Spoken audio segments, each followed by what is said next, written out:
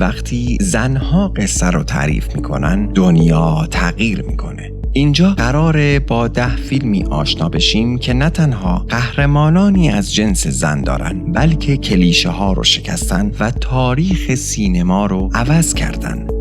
فمینیسم یعنی برابری فرصت‌ها بین زن و مرد در کار، در انتخاب، در بیان و در زندگی.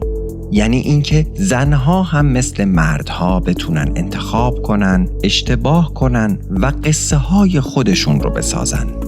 نه اینکه همیشه بخشی از قصه مردها باشن. فمینیسم هیچ وقت حرفش این نبوده که زنها باید مثل مردها باشن، بلکه میگه زنها باید حق داشته باشن که فقط خودشون باشن. مثل اینکه در یک مسابقه همه بتونن از خط شروع حرکت کنن، ولی با مسیرهای متفاوت، احساسات متفاوت و انتخابهای متفاوت. نه اینکه همه مجبور باشن از یک مسیر حرکت کنن. این جنبش از قرن 19 با مبارزه برای حق رأی شروع شد. در دهه 60 و 70 موج دوم فمینیسم روی حقوق کاری و جنسی تمرکز داشت. موج سوم و چهارم به هویت، بدن، جنسیت و بازنمایی زن در رسانه ها پرداخت. و سینما به عنوان یکی از قدرتمندترین ابزارهای فرهنگی نقش مهمی در بازتاب و شکل دهی این جنبش داشت. فمینیسم فقط در درامهای اجتماعی نیست، در ژانرهای مختلف هم حضور داره. در اکشن مثل کیل بیل، زن هم عاشق پیشه است و هم جنگجو.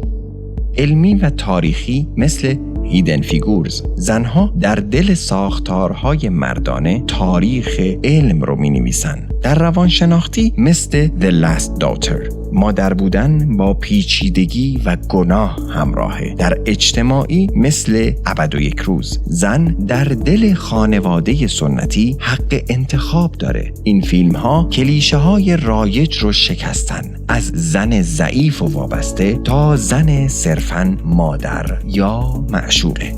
فیلم اول تلما و لوئیز محصول سال 1991. دو زن در سفری به سوی آزادی علیه مرد سالاری شورش میکنن. گاهی برای پیدا کردن خودت باید همه چیز رو پشت سر بذاری.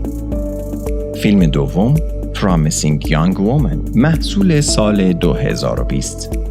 زنی با زخمی از گذشته عدالت رو خودش اجرا میکنه. فریادی علیه فرهنگ تجاوز. وقتی سکوت جواب نمیده، صدای زن میتونه دنیا رو تکون بده. فیلم سوم کیل بیل قسمت اول و دوم محصول سال 2003 و 2004. زنی از مرگ برمیگرده تا انتقام بگیره. باز تعریف قدرت زنانه، مادر بودن و بقا. زن میتونه هم عاشق باشه، هم جنگجو و هم یک مادر. فیلم چهارم The Last Daughter محصول سال 2021. زنی با نقش مادری، آزادی شخصی و احساس گناه درگیر شده. روایتی پیچیده و روانشناختی. مادر بودن همیشه قهرمانی نیست، گاهی یک نبرد درونیه. و پنجمین فیلم از سینمای جهان هیدن فیگور محصول سال 2016. 3 زن سیاه‌پوست در ناسا با تبعیض نژادی و جنسیتی مبارزه میکنن و تاریخ علم رو تغییر میدن. این رو هیچ وقت فراموش نکنید. زنها حتی در محیط‌های مرد سالارانه هم میتونن تاریخ ساز باشن. و میرسیم به این بخش مهم، معرفی 5 فیلم از سینمای ایران. فیلم اول ابد و یک روز محصول سال 1394. سمیه در آستانه ازدواج اجباری میان فشار و فقر خانوادگی گیر افتاده. فمینیسم صبورانه و مقاومت در سکوت. گاهی سکوت زن بلندترین فریادشه. فیلم دوم شماره 17 سهیلا محصول سال 1396. زنی 40 ساله با دغدغه فرزندآوری در سکوتی تلخ به دنبال معنا و همراهیه. فمینیسم انتخاب و استقلال در سنین بالاتر. زن بودن یعنی حق انتخاب در هر سنی و در هر شرایطی. فیلم سوم شیار 143 محصول سال 1392. مادری سالها منتظر بازگشت فرزندشه. صبرش فریادی خاموشه. مادرانگی گاهی فقط انتظار کشیدن در دل تاریکیه. فیلم چهارم قصه ها محصول سال 1393. مجموعه ای از زنان در دل بحران‌های اجتماعی، بازتاب صدای سرکوب شدن زن ایرانی. زنها ستون‌های بی صدای جامعه‌اند. و در پایان پنجمین فیلم سگ‌کشی محصول سال 1380. زنی روشنفکر با گذشته ای تاریک در برابر فساد ایستادگی میکنه. زن میتونه با فکرش، با صداقت و با ایستادگی جهان رو تغییر بده.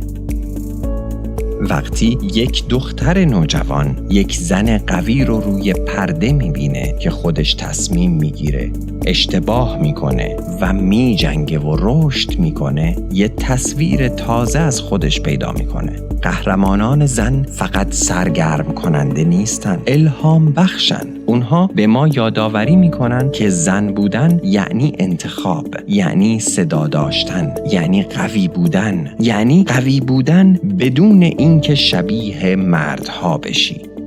فمینیسم در سینما یعنی دیدن زنها همونطور که هستن، پیچیده، واقعی و قدرتمند. اگر جای این زنها بودید چه تصمیمی می گرفتید؟ کدوم فیلم ایرانی یا خارجی بهتون حس قدرت رو منتقل کرد؟ حتما توی کامنت ها بنویسید، لایک کنید و اگر دوست داشتید با دوستانتون به اشتراک بگذارید که با فیلم هایی که راجع به زنها هستند بیشتر آشنا بشیم و زنها خودشون رو بیشتر بشناسن، چون این قصه هنوز ادامه داره.